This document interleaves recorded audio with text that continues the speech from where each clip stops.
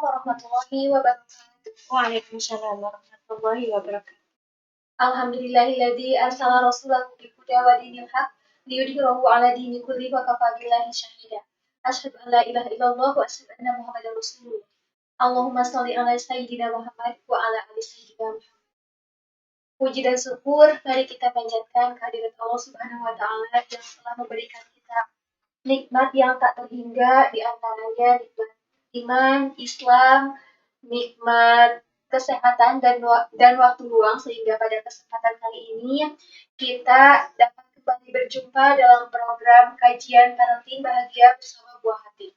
Semoga Allah memberikan rahmatnya kepada kita semua. Amin.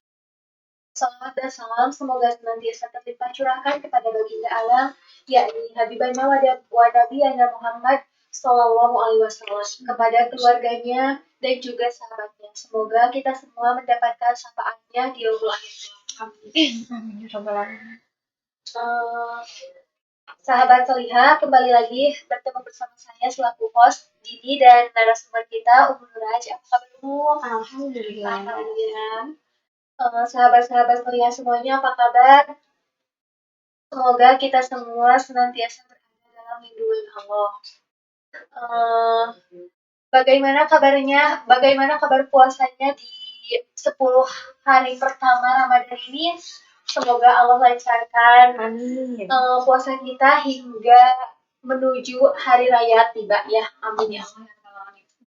Baik sahabat Solihah, adapun dalam kesempatan kali ini tema yang akan dibahas yaitu tentang membersamai anak prabalik di bulan Ramadan.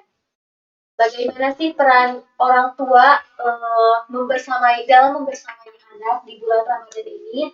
Langsung saja kita simak pemaparan materi yang akan disampaikan oleh Ibu Guys kepada Ibu. Hatur nuhun Teh Dini. Bismillahirrahmanirrahim. Assalamualaikum warahmatullahi wabarakatuh. Alhamdulillahilladzi arsala rasulahu bil huda wa dinil haq liyudhhirahu dini wa kafa billahi syahida.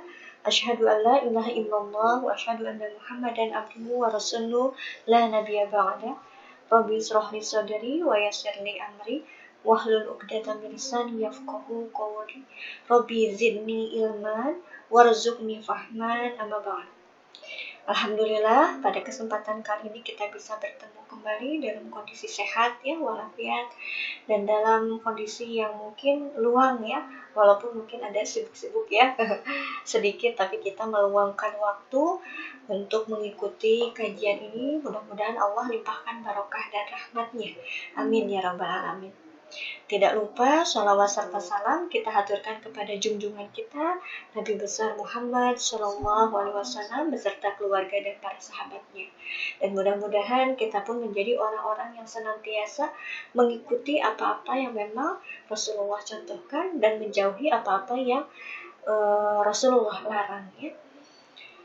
Dan mudah-mudahan kita pun menjadi orang-orang yang senantiasa ya mencintai Rasul gitu ya dengan sepenuh hati. Amin ya rabbal alamin. Ya, insyaallah untuk tema hari ini kita akan membahas tentang bagaimana orang tua ya membersamai ibadah anak-anak pra-balik ya, berarti ini masa mumayyiz ya sebelum balik di bulan Ramadan. Nah, Ramadan tahun ini adalah kali kedua kita dalam masa pandemi ya. Kalau dulu mungkin kita awal-awal ya masa pandemi, mungkin teteh dulu kita WFH ya teh ya. Iya. Kemudian anak-anak tidak sekolah ya. Kemudian orang tua juga WFH. Nah, berarti otomatis ya kita kumpul tuh di rumah ya. Dan sebagian besar mungkin saat ini pun ada yang WFH, ada juga yang sudah ngantor ya, sudah bekerja kembali, tapi mungkin tidak full gitu ya, tidak seperti normalnya gitu ya, seperti biasa gitu ya, karena memang saat ini sudah serba dikurangi gitu ya untuk aktivitas di luar, aktivitas berkerumun ya, seperti itu gitu ya. Nah, berarti di sini ada sesuatu hal yang berbeda ya dengan masa-masa Ramadan sebelumnya gitu ya. Nah, ini harus kita jadikan menjadi bulan Ramadan yang istimewa ya. Karena memang dalam kondisi yang tidak seperti biasanya. Nah, di sini mungkin bisa jadi keluarga itu berkumpul gitu ya, dan ini merupakan kesempatan emas gitu ya. Jarang-jarang mungkin ya di waktu-waktu yang biasa yang sebelum pandemi kita berkumpul di rumah ya bersama-sama. Apalagi anak-anak yang sudah kuliah ya, yang sudah sekolah gitu ya, mereka punya kegiatan masing-masing gitu ya. Tapi karena pandemi ini kita berkumpul bersama. Nah, ini menjadi salah satu kesempatan kita untuk bersama-sama menjadikan Ramadan ini berkualitas ya, dan kuantitasnya pun meningkat gitu ya dari Ramadan sebelumnya. Seperti itu gitu ya. Ya, walaupun mungkin sekarang ada satu sisi yang lain ya yang memang efek ya dari pandemi ini bagi beberapa keluarga gitu, mungkin bukan beberapa ya, banyak keluarga ya mengalami serangan ya ekonomi gitu ya, bisa jadi ada seperti itu gitu ya. Nah, di sini juga patut ya terus kita syukuri apapun yang terjadi gitu ya di dalam kehidupan kita. Insya Allah Allah selalu bersama kita ketika kita senantiasa menjadikan Allah sebagai gantungan kita bergantung, kita meminta pertolongan gitu ya. Insya Allah kita akan merasa tenang selalu gitu ya ketika Allah kita jadikan sebagai sandaran seperti itu gitu ya. Mungkin ada ya sisi manusia kecewanya ya dalam kondisi seperti ini, tapi jadikan ini adalah sebuah peluang ya untuk kita untuk bersabar dan mensyukuri apa yang memang ada di hadapan kita seperti itu. Nah, jadi kita kembali lagi ke pembahasan yang tadi, yaitu kita memanfaatkan kesempatan ini untuk bersama-sama keluarga ya, meningkatkan kuantitas ya ibadah kita, juga kualitas ibadah kita. Nah, ini kita akan fokus kepada anak-anak prabalik ya. Kalau kita mempelajari ya sebelumnya, anak-anak prabalik itu kan dimana usianya itu mungkin mumayyiz ya, dia sudah 5 tahun ke atas gitu ya, tapi belum balik gitu ya. Nah, ini biasanya mereka masih mengikuti apa yang orang tua lakukan gitu ya, dan mereka masih bisa kita arahkan dengan baik seperti itu gitu ya. Berbeda dengan anak-anak yang remaja. Kalau anak remaja itu kan mereka sudah ingin eksistensinya itu diakui gitu ya, sehingga terkadang mereka punya jalannya sendiri gitu ya dari orang tuanya gitu ya. Jadi terkadang orang tuanya itu berpandangan ya anak-anak itu tidak mau nurut gitu ya ke orang tua gitu, padahal mungkin ada pandangan yang berbeda gitu ya antara orang tua dan anak remaja seperti itu. Nah, kalau anak-anak mumayyiz ini mereka masih mudah untuk diarahkan. Nah, sehingga di sini yang menjadi kuncinya adalah orang tua memberikan keteladanan kepada anak-anak dalam ya masalah ibadah untuk mengisi Ramadan ini gitu ya. Nah, di sini ketika ya bulan Ramadan itu tiba, berarti kan apa sih yang kita rasakan? Bahagia ya menyambut Ramadan. Karena apa bahagia? Kita paham bahwasanya Ramadan itu penuh dengan keistimewaan ya. Mungkin kalau anak-anak nggak suka gitu ya, karena harus menahan lapar dan haus gitu ya, nggak bisa jajan di siang hari gitu ya. Nah, itu sebetulnya wajar-wajar saja gitu ya. Tapi di sini kita sebagai orang tua wajib ya memperlihatkan rasa senang, rasa suka ya, gembira gitu ya ketika Ramadan itu tiba gitu ya. Nah, nanti anak-anak akan bertanya, kenapa sih kok Umi seneng gitu ya ketika Ramadan tiba gitu ya.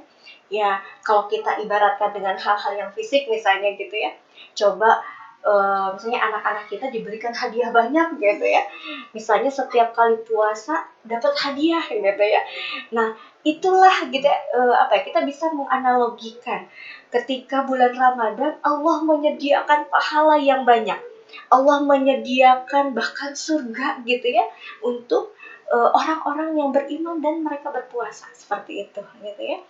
Nah, kita analogikan dengan memberikan hadiah. Nah, mereka mampu gitu ya untuk memahami gitu ya arti puasa, arti bulan Ramadan gitu ya. Nah, jadi di sana bulan Ramadan itu Allah ngebagi-bagiin ya, kalau bahasanya mengobral gitu ya, mengobral pahala gitu ya di bulan Ramadan ini gitu ya. Bahkan tidur orang yang berpuasa pun itu bernilai pahala gitu ya. Seperti itu. Jadi kita harus menggunakan bulan Ramadan ini sebaik-baiknya. Nah, mungkin kita bisa memahamkan kepada anak itu terkait dengan bulan puasa itu seperti apa gitu ya. Nah, di sini agar anak ya tetap bergembira. Tadi kan sebetulnya kalau di masa pandemi ruang lingkup ya anak itu untuk keluar memang tertahan ya.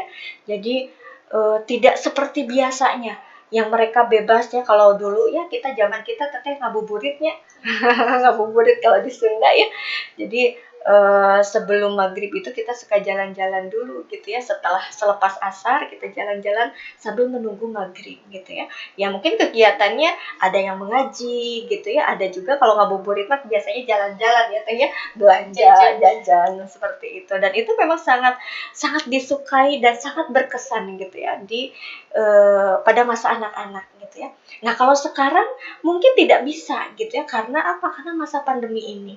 Nah, bagaimana kita sebagai orang tua tetap menjaga ya kegembiraan anak-anak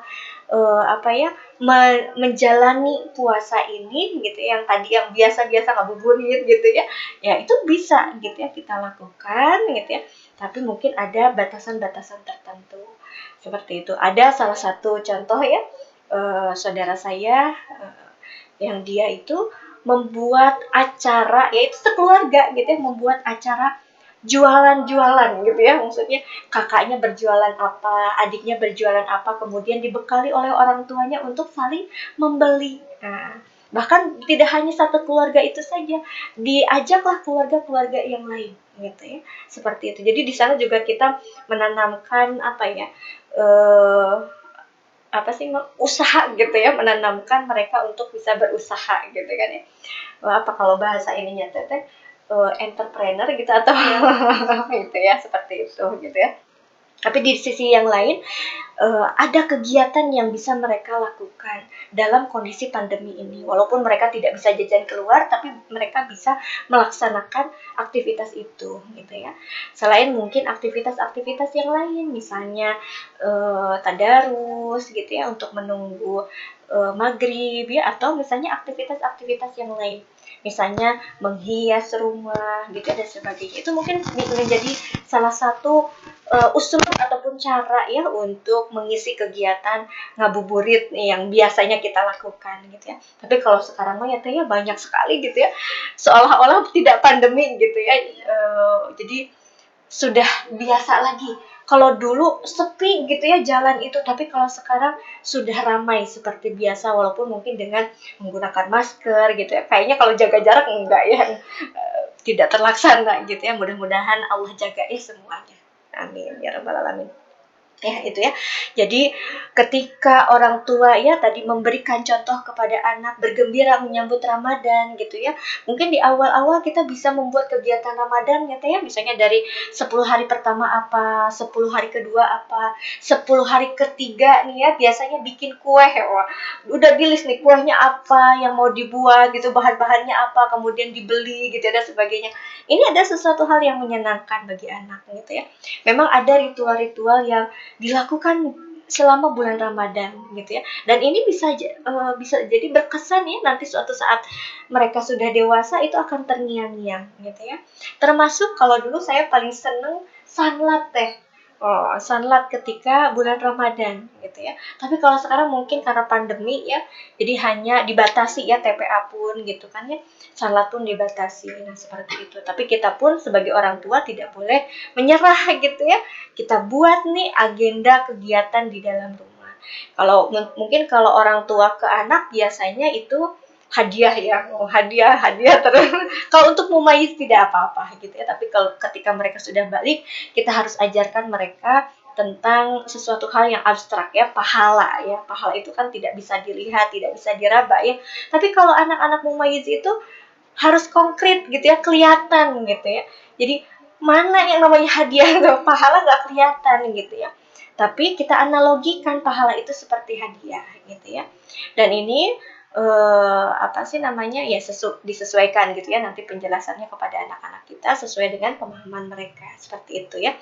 Termasuk di dalamnya mungkin ya teh bisa menyusun jadwal menu sahur, berbuka ya sesuai dengan keinginan anak-anak gitu ya. Jadi ada sesuatu hal yang apa ya senantiasa dilakukan ketika di bulan Ramadan. Nah, itulah ya salah satunya yang gitu ya bisa kita lakukan dengan anak-anak kita. Nah, kemudian kita pun memberikan informasi ya tentang puasa gitu ya. Hakikat puasa, hukum puasa di bulan Ramadan itu apa gitu ya. Kemudian tata caranya, apa saja yang membatalkan gitu. Itu pun harus kita sampaikan. Kemudian keutamaan-keutamaan bagi orang yang berpuasa itu apa. Ini salah satu untuk membangkitkan motivasi mereka untuk menjalankan puasa gitu ya. Jadi mereka tahu maknanya puasa tuh untuk apa gitu ya. Jadi bukan hanya sekedar menahan lapar dan haus saja gitu ya. Tapi ada sisi ruhiyahnya yang terbangun gitu ya. Sehingga itu menjadi motivasi ruhiyah gitu ya. Kalau motivasi fisik mungkin dengan makan terlebih dahulu ya sahur ya yang banyak, kemudian kok yang banyak ya secukupnya gitu ya, kemudian minum secukupnya gitu ya, itu kan persiapan fisik gitu ya. Tapi persiapan ruhiyah itu lebih kepada pemahaman yang melahirkan sebuah kesadaran gitu ya, sehingga ketika ada ujian datang, misalnya ada temannya yang tidak puasa gitu ya, tapi anak kita tetap puasa gitu ya, mereka mampu untuk menjelaskan, kamu mah misalnya contoh ya ini wah, kamu nggak puasa nggak dapet pahalanya loh. Misalnya seperti itu, walaupun mereka nggak ngerti ya pahalanya itu seperti apa gitu ya. Nah itu jadi sebelum kita memerintahkan anak kita untuk berpuasa, kita harus pahamkan dulu gitu ya makna dan hakikat puasa itu gitu ya. Nah, kemudian kita pun bisa menceritakan tadi ya keistimewaan bulan Ramadan ya. Salah satunya adalah Allah tadi ya mengobral pahala ya. Allah melipat gandakan pahala gitu ya dari perbuatan-perbuatan kebaikan kita gitu ya. Yang mungkin analoginya ya kalau di bulan biasa satu kali lipat, kalau di bulan Ramadan misalnya 100 kali lipat. Nah, seperti itu gitu ya. Nah, kemudian di bulan Ramadan pun Allah turunkan Al-Quran, di mana Al-Quran itu sebagai pedoman kita. Kemudian di bulan Ramadan pun ada satu malam, yang malam itu lebih baik dari 1000 bulan, gitu ya. Nah, kemudian bulan Ramadan pun gitu ya, dia adalah bulan yang penuh rahmat ya, maghfirah dan ampunan. Nah, seperti itu gitu ya. Nah, sehingga ini pemahaman-pemahaman ini bisa menyemangati anak untuk menjalankan puasa gitu ya. Nah, sehingga ketika pemahaman ini sudah menjadi kesadaran bagi anak kita gitu ya, maka ketika mereka menjalankan kan ada konsekuensinya ya, yaitu mereka harus menahan lapar ya, harus menahan haus. Itu tidak mudah ya. Bagi anak-anak tidak mudah. Apalagi kalau anak yang senang nyemil ya, senang ngemil gitu ya, senang jajan, itu sesuatu hal yang sangat tidak mudah gitu ya. Kalau anak yang jarang makan ya, jarang minum, mungkin itu nggak masalah gitu ya. Tapi bagi anak yang senang ngemil, senang jajan, ini jadi masalah buat mereka gitu ya. Nah, di sini kita akan latih mereka untuk menahan diri ya dari hal-hal yang membatalkan puasa ya, sesuai dengan usia mereka, sesuai dengan kemampuan mereka. Kita sebagai orang tua juga tidak boleh memaksakan ya. Walaupun mungkin ada anak yang mampu ya, misalnya anak sahabat kita mampu sampai maghrib gitu ya. Nah, tapi anak kita tidak mampu, misalnya baru jam 10 udah bahasa Sundanya mengahyeng gitu ya. Menggerutu, mengeluh gitu ya. Itu ada gitu ya, jam 10 misalnya jatuh jam 9 gitu ya. Karena memang waktunya biasanya mereka makan atau ngemil gitu kan ya. Seperti itu. Jadi kita tidak perlu membandingkan anak kita dengan anak yang lain. Karena bisa jadi kemampuan mereka berbeda-beda. Jadi kita latih bertahap saja. Misalnya contoh anak yang 5 tahun ya. mereka baru mampu sampai jam 9 atau sampai jam 10. Tidak masalah. Boleh buka dulu, kemudian ayo kita lanjutkan lagi puasanya sampai jam berapa kira-kira, misalnya sampai jam 1 atau jam 2. Oke, jam 2 boleh buka gitu ya. Nah, seperti itu gitu ya. Jadi kita melatih setahap demi setahap ya dalam menahan diri ya dari hal-hal yang membatalkan. Nah, itu dari lapar dan haus ya, dari makan dan minum gitu ya. Nah, kemudian kita pun melatih mereka untuk menahan emosinya gitu ya. Nah, ketika mereka misalnya contoh marah gitu ya terhadap temannya atau terhadap kakaknya atau adiknya gitu ya, maka kita bisa menjadikan bahwasanya berpuasa itu adalah ya salah satunya adalah latihan untuk menahan emosi. Nah, bisa kita ucapkannya satu hadis, la taghdab falakal jannah ya. Jangan marah, surga untukmu. Seperti itu. Bisa kita jadikan ya satu pengingat ya untuk anak-anak kita gitu ya. Jadi ketika mereka marah ya, kita ingatkan dengan hadis itu, mudah-mudahan bisa mereda gitu ya marahnya gitu ya. Atau bahkan kalau anak-anak mah kalau kakaknya marah, ih nanti pahala puasanya hilang, rasanya seperti itu gitu ya. Atau kadang ada juga yang ih batal puasanya ketika orang lain marah gitu ya. Jadi mengingatkan, itu sih sesuai dengan pemahaman mereka ya, seperti itu gitu ya. Nah, itu jadi selain kita melatih mereka untuk menahan dari lapar dan makan, kita pun melatih mereka untuk menahan emosi gitu ya. Walaupun ya ini juga bertahap ya, terkadang ya anak-anak ya kalau lagi marah ya marah saja gitu ya. Memang itu fasenya ya seperti itu gitu ya. Nah, kemudian kita pun melatih mereka untuk menahan dari perbuatan yang sia-sia dan tidak bermanfaat gitu ya. Ketika pun mereka sedang bermain gitu ya, ya tidak masalah gitu ya. Tapi jangan sampai misalnya mereka melakukan yang sia-sia, misalnya berkata-kata yang kurang baik gitu ya. Misalnya ketika pun mereka sedang bermain, kemudian ada kata-kata keluar yang kurang pas gitu ya, kurang baik, maka kita harus ingatkan ya bahwasanya hal itu adalah sesuatu hal yang tidak boleh gitu ya, atau misalnya sia-sia, nah seperti itu gitu ya.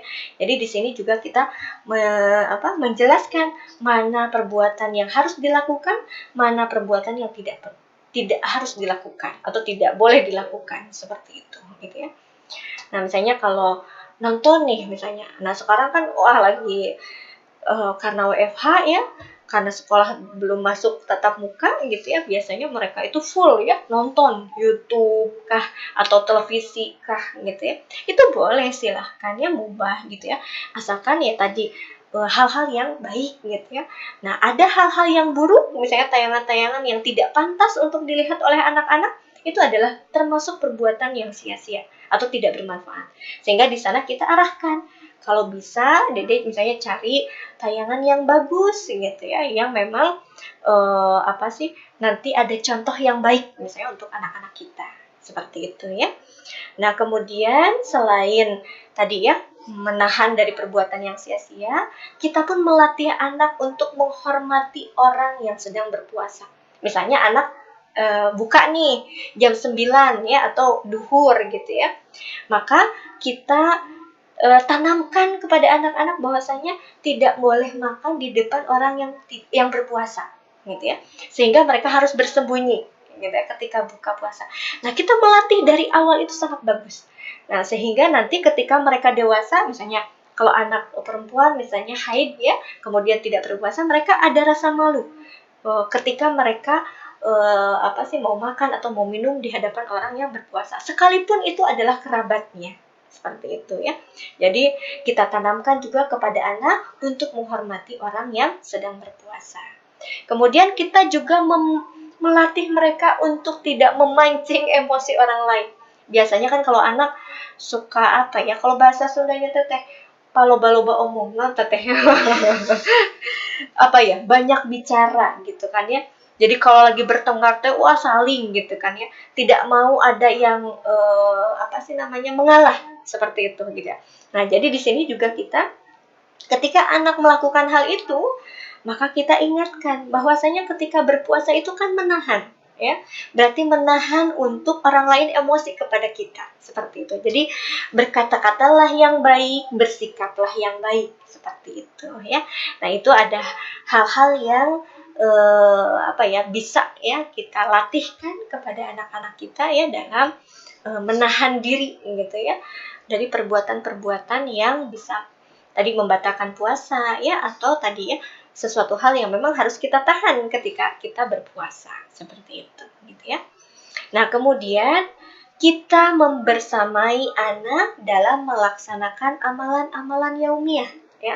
Tadi sudah pemahaman kita berikan, kemudian kita juga melatih ya anak untuk menahan ya, karena ada konsekuensi ya, tadi puasa itu ada konsekuensinya. Kemudian kita melatih menahan, dan kemudian kita melakukan kegiatan-kegiatan yang memang Allah perintahkan gitu ya, yang Rasulullah contohkan, yaitu kita melatih anak-anak untuk ya melaksanakan amalan-amalan yaumiyah, amalan-amalan ibadah mahdhah gitu ya, seperti itu.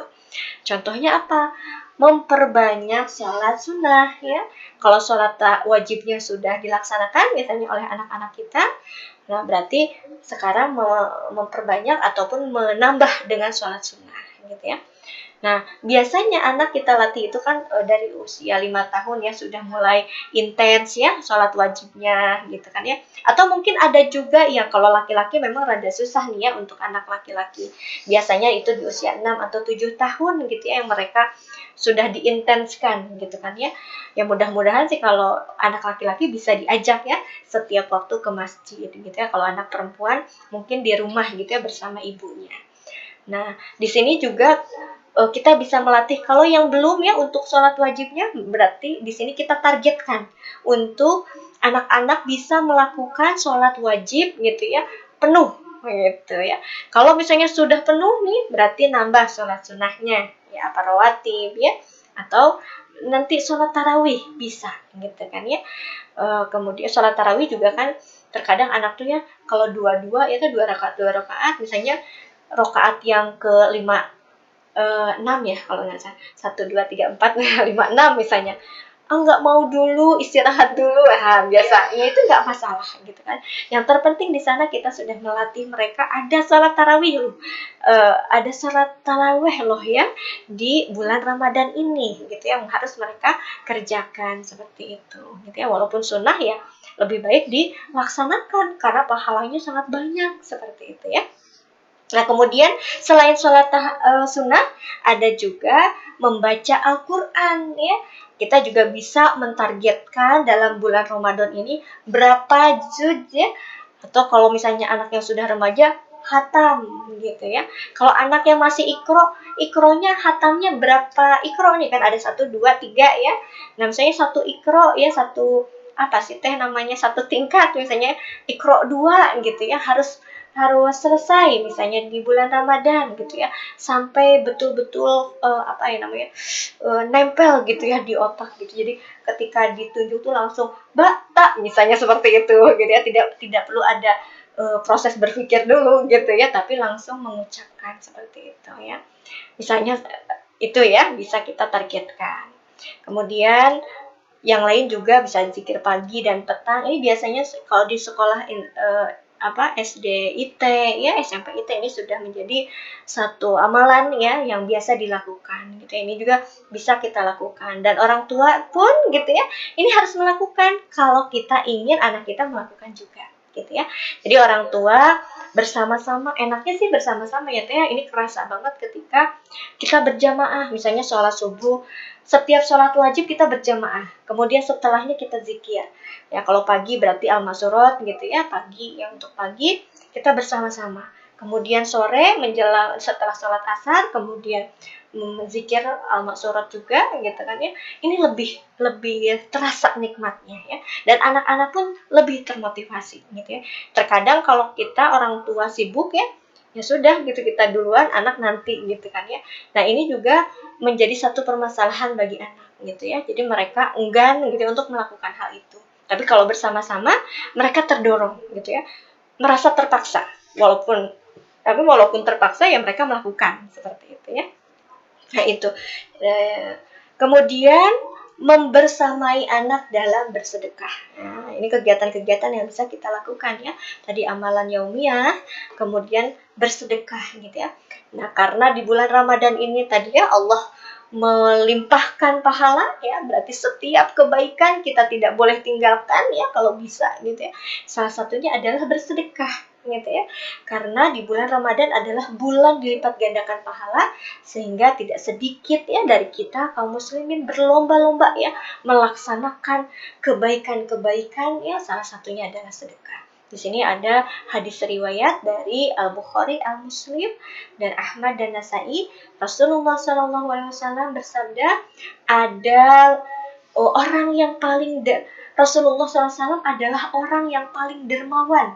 Ya, beliau lebih dermawan lagi pada bulan Ramadan. Nah, seperti itu. Jadi Rasulullah itu adalah contoh ya, teladan bagi kita gitu ya. Rasulullah yang di bulan biasa aja beliau sudah dikatakan dermawan, apalagi di bulan Ramadan yang Allah limpahkan pahala ya, yang berlipat ganda. Rasulullah pun melipat gandakan juga gitu ya kedermawanannya, seperti itu gitu ya. Nah, kemudian selanjutnya adalah memperbanyak doa memohon kepada Allah Subhanahu wa taala. Nah, karena Allah itu memang sangat menyukai orang-orang yang senantiasa berdoa. Nah, berdoa itu kan salah satu hamba memohon kepada Sang Khalik gitu ya. Jadi seolah-olah di sana itu ada pengakuan ya bahwasanya kita itu sebagai makhluk itu lemah ya, dan butuh ya pertolongan Allah, butuh ya kekuasaan Allah sebagai Sang Khalik, seperti itu gitu ya. Di sini ada dalam surat Al-Baqarah 186, dan apabila hamba-hambaku bertanya kepadamu tentang aku, maka jawablah bahwasanya aku adalah dekat ya. Aku mengabulkan permohonan orang-orang yang berdoa. Apabila dia memohon kepadaku, maka hendaklah mereka itu memenuhi segala perintahku. Dan hendaklah mereka beriman kepadaku agar mereka selalu berada dalam kebenaran. Nah, di sini ada beberapa yang harus kita perhatikan ya, bahwasanya Allah itu sangat dekat ya dengan hamba-hambanya. Nah, tapi di sini Allah akan mengabulkan doa-doa hamba-hambanya yang beriman dan mereka yang terikat gitu ya dengan apa-apa yang memang Allah perintahkan dan menjauhi apa-apa yang Allah larang. Nah, di sini kan mereka itu memenuhi segala perintahku. Berarti orang-orang yang menjalankan ya perintah-perintah Allah gitu ya, seperti itu. Nah, kemudian di sini juga doa orang yang berpuasa adalah termasuk doa yang diijabah oleh Allah. Nah, makanya kenapa di dalam ketika bulan Ramadan ya banyak sekali orang-orang yang memberikan takjil ya, memberikan makan untuk berbuka atau sahur gitu ya.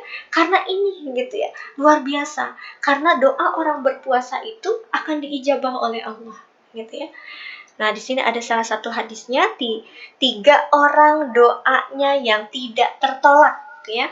Orang yang berpuasa sampai dia berbuka, pemimpin yang adil, dan orang yang terzalimi. Nah, ini 3 orang ya yang tidak akan tertolak doanya. Salah satunya adalah orang yang berpuasa. Nah, makanya kenapa tadinya orang yang berpuasa itu ketika berdoa insya Allah diijabah oleh Allah Subhanahu wa taala.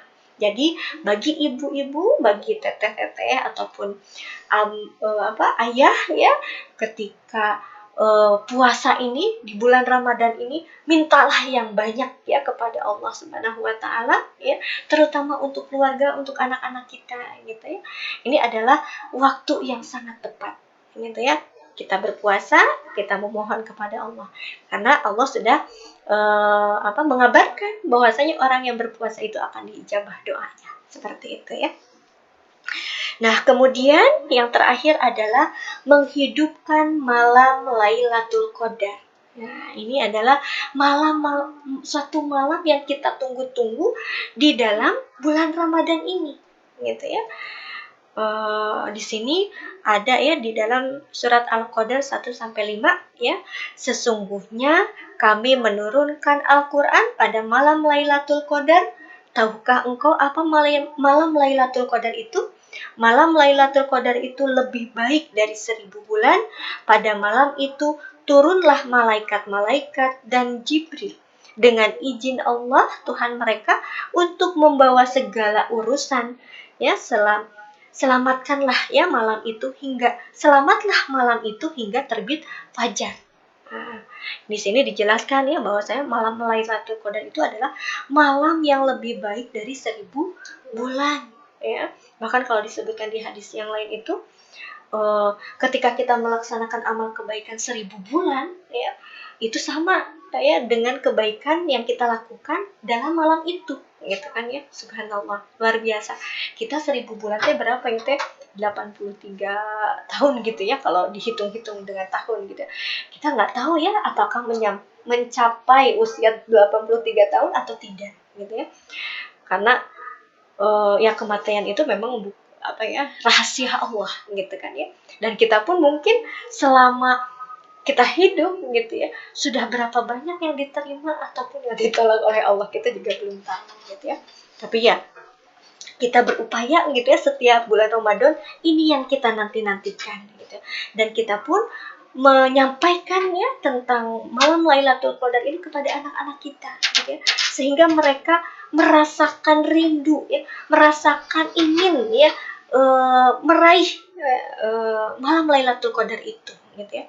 Dan di sini memang diinformasikan gitu ya bahwasanya malam Lailatul Qadar itu hadir di malam-malam ganjil di 10 terakhir Ramadan seperti itu. Nah, tapi jangan sampai ya misalnya 21-nya kita getol gitu ya ibadah, 22-nya enggak gitu ya. Enggak seperti itu juga gitu ya. Jadi di 10 hari terakhir itu kita memaksimalkan ya ibadah kita, kuantitasnya, kualitasnya gitu kan ya. Jadi jangan sampai punten, mungkin ibu-ibu juga ini harus menjadi perhatian ya. Biasanya kita masak kue ya, membuat kue itu di akhir Ramadan gitu ya, yang itu membuat waktu kita habis gitu ya. Nah, ini menjadi perhatian bagi kita untuk senantiasa menyeimbangkan semuanya gitu ya, ibadah mahdohnya, melaksanakan kewajiban kita sebagai istri ya, kemudian ibu ya, untuk menyediakan gitu ya makanan untuk keluarga gitu ya. Jadi jangan sampai habis banget begitu ya, seperti itu.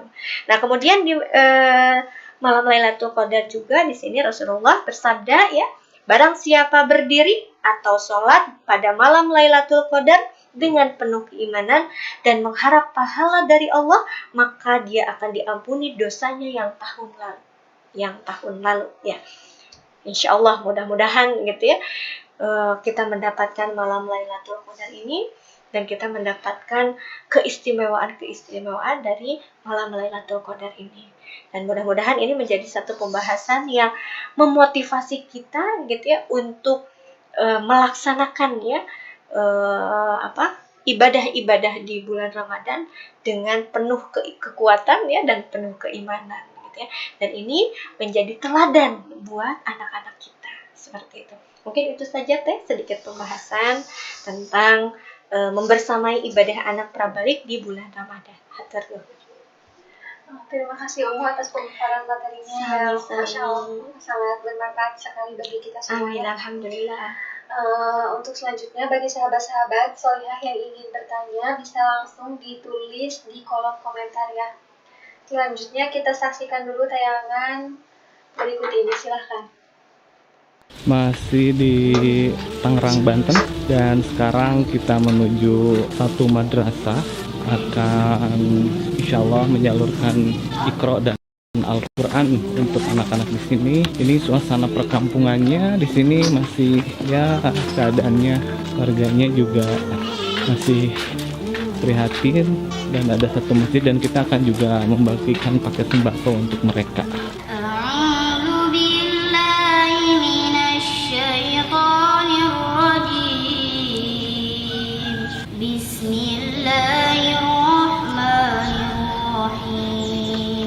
تبارك الذي بيده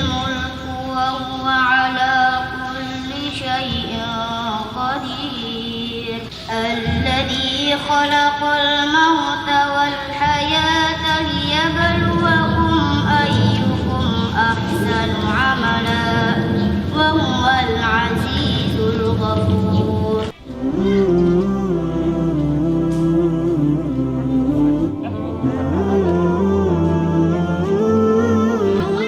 Terima kasih wakaf Qur'annya, alhamdulillah. Terima kasih wakaf Qur'annya, alhamdulillah. Terima kasih wakaf ikronya, alhamdulillah. Terima kasih wakaf ikronya, alhamdulillah. Terima kasih wakaf Qur'annya, alhamdulillah.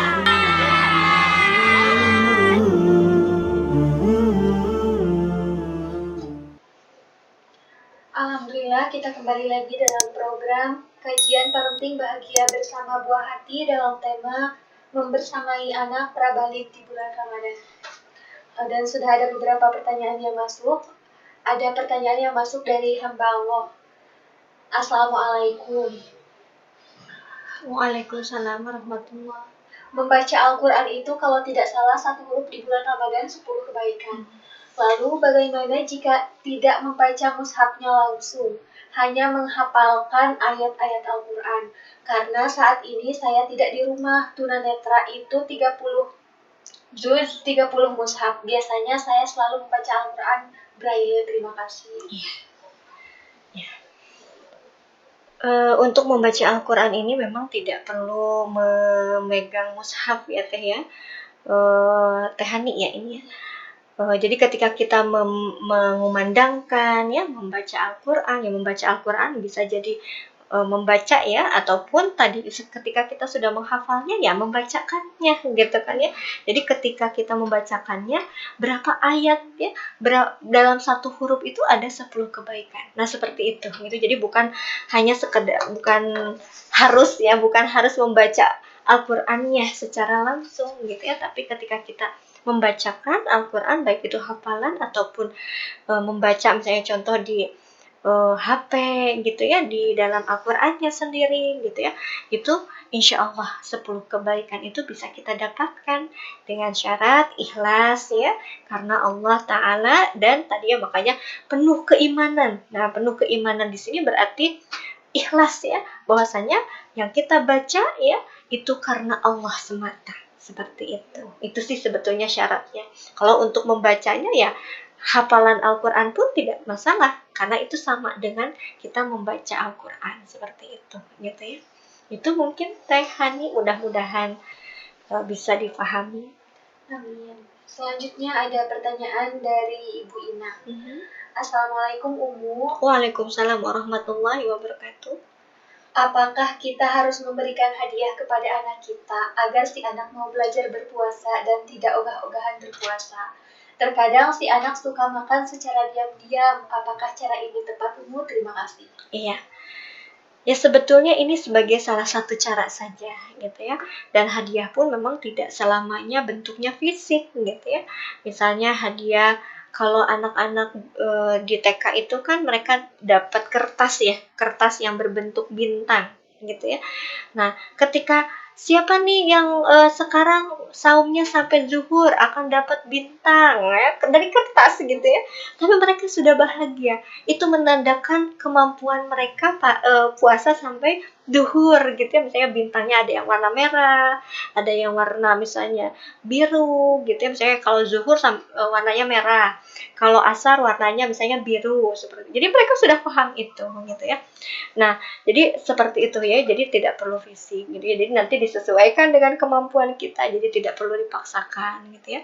Nah, sebetulnya ini hanya untuk memotivasi mereka saja gitu ya. Tapi kan di sini ada tidak semua ya, tidak semua bisa melaksanakan ya dengan memberi hadiah, tidak apa-apa gitu ya.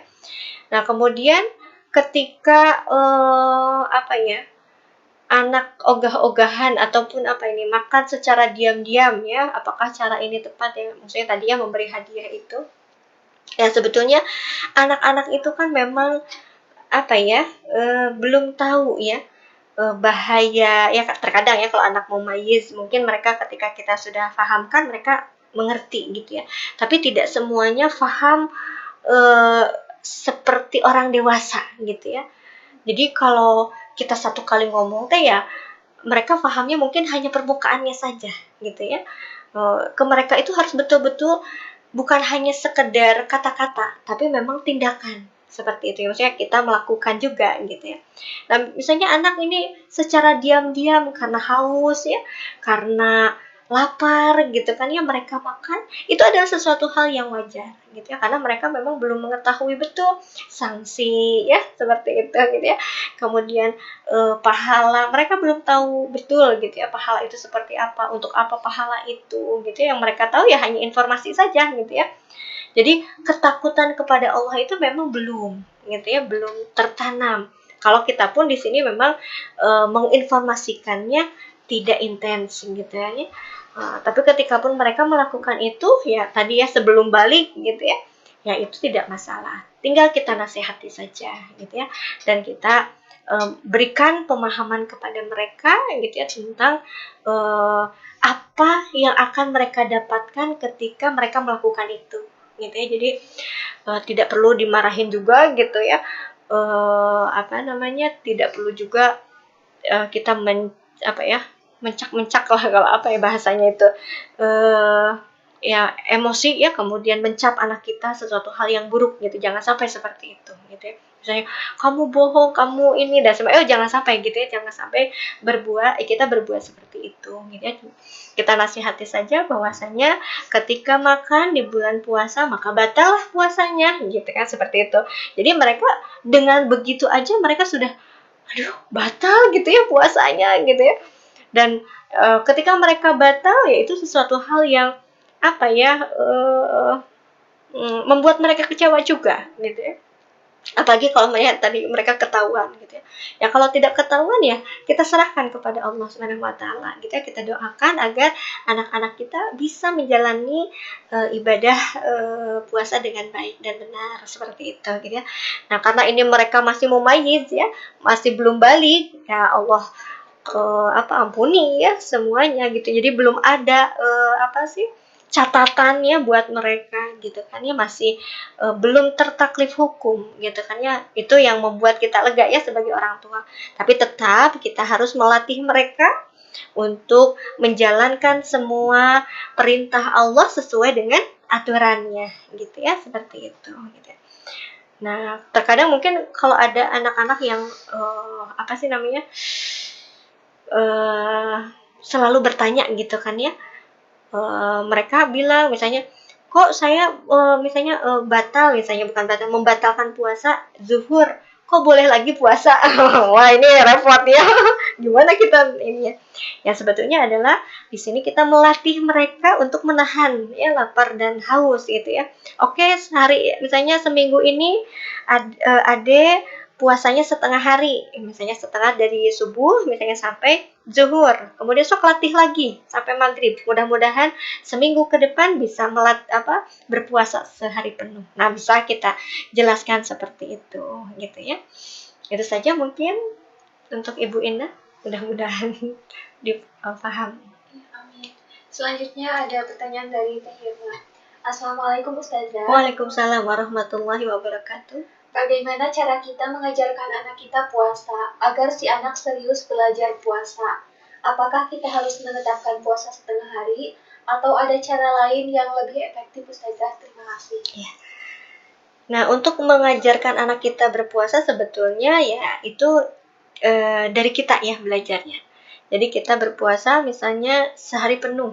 Ya, mereka pun memahami bahwasanya puasa itu adalah sehari penuh ya, menahan lapar dan haus itu sehari penuh. Nah, di sini kita bisa melihat ya kemampuan anak, mungkin setiap anak itu berbeda-beda. Ada yang mampu sampai jam 10, ada yang mampu sampai setengah hari gitu ya. Nah, terkadang orang tua kan khawatir gitu ya, khawatir. Anak ini mampu nggak ya sampai zuhur gitu ya. Atau ada kadang juga orang tua yang keras gitu ya. Kamu pasti bisa, padahal anak sudah tidak mampu. Nah, ini kita bisa lihat dari ciri fisik anak gitu ya. Biasanya kalau sudah haus, misalnya aduh udah lelah gitu ya, udah kayaknya nggak bisa berdiri gitu ya, atau misalnya bibirnya udah kering-kering gitu ya, apa sih, tenggorokannya udah sakit lah kalau bisa dibilang seperti itu. Berarti mereka membutuhkan gitu ya. Jadi kalau mau lihat dari fisik seperti itu. Tapi biasanya kalau kalau ibu udah punya feeling gitu ya, wah anaknya ini kayaknya nggak kuat gitu ya. Jadi bisa ditetapkan misalnya sampai jam 10 ya. Ya, atau jam 10 anak nawar jam 9 gitu ya. Tapi kita tahu anak mampu sampai jam 10 gitu ya. Kita beri motivasi, kita alihkan ya rasa laparnya dengan kegiatan, misalnya seperti itu gitu ya. Tapi kalau misalnya anak yang ngerengek terus gitu ya, pengen buka, ya nanti kita bisa lihat gitu ya, apakah anak ini pengen buka karena temannya ada yang buka, atau memang betul-betul dia lapar dan haus gitu ya, seperti itu. Jadi nanti bisa di cross check gitu ya oleh ibunya, oleh orang tuanya, seperti itu gitu. Sehingga di sini juga kita ketika mengizinkan anak untuk berbuka ya sesuai gitu ya, sudah di tangan nih argumentasi anaknya gitu kan ya. Jangan sampai kita tidak mengetahui alasan-alasannya seperti apa gitu. Nah, itu mungkin Teh Irma. Selanjutnya ada pertanyaan dari Ibu Jubaidah. Assalamualaikum Ibu. Waalaikumsalam warahmatullahi wabarakatuh. Semoga ibadah saum kita diterima oleh Allah Amin ya Subhanahu wa rabbal Ta'ala. alamin. Saya mau bertanya, bagaimana hukumnya jika kita muntah saat puasa? Dapat membatalkan puasa kita, Ibu? Terima kasih. Nah, sebetulnya kalau yang saya pahami ya, muntah ya tanpa sengaja misalnya ya, kalau ibu hamil morning sick ya, di pagi hari ataupun ya ketika mencium apapun gitu ya, kemudian terasa mual dan ingin muntah gitu, atau ketika pun muntah ya itu kan tidak disengaja ya. Jadi bukan karena perbuatan kita ya untuk mengeluarkan makanan yang ada di dalam tubuh kita gitu kan ya. Nah, itu tidak membatalkan puasa. Ya, asalkan ketika muntah jangan minum gitu. Ketika muntah kemudian minum dan makan misalnya. Itu mah udah batal ya. Tapi kalau misalnya muntah ternyata tanpa sengaja, kemudian kita hanya mencuci ya, berwudu gitulah ya. Berwudu insyaallah itu tidak membatalkan. Nah, yang membatalkan adalah kita menyengaja mengeluarkan makanan dari tubuh kita. Misalnya contoh, ada nih ya yang diet, punten ya, ini yang bukan ingin menyudutkan, tidak. Suka mengorek-ngorek mulut gitu kan, mulut ke dalam begitu kan ya, sampai kita itu ingin mengeluarkan makanan ataupun mengeluarkan sesuatu hal yang dari dalam tubuh kita gitu kan ya. Itu bisa gitu ya. Bisa terjadi muntah gitu ya dengan perbuatan itu gitu ya. Nah, ini muntah yang disengaja gitu ya. Nah, sehingga di sini ketika muntah itu disengaja, maka batallah puasanya. Seperti itu. Itu mungkin Teh. Alhamdulillah, terima kasih kepada sahabat-sahabat yang telah bertanya. Semoga jawaban-jawaban yang diberikan bermanfaat. Amin ya rabbal alamin. Selanjutnya yaitu penyampaian hikmah dari Ibu Silvi. Iya. Kita sebagai orang tua ya jangan sampai melalaikan ya waktu Ramadan ini gitu ya. Jangan sampai kita berharap bahwasanya tahun depan bisa bertemu kembali. Jadikanlah atau anggaplah ya Ramadan saat ini adalah Ramadan terakhir kita, sehingga kita termotivasi ya untuk melakukan ya semua amalan-amalan baik pada Ramadan ini gitu ya. Dan kita menghindari ya amalan-amalan yang sia-sia atau tidak bermanfaat gitu ya. Karena apa Ibu? Karena kita sebagai orang tua adalah teladan bagi anak-anak kita. Ketika kita menginginkan anak-anak itu bisa menjalankan puasa Ramadan dengan penuh amal kebaikan, maka cerminannya adalah diri kita ya sebagai orang tua. Mungkin itu saja dari saya.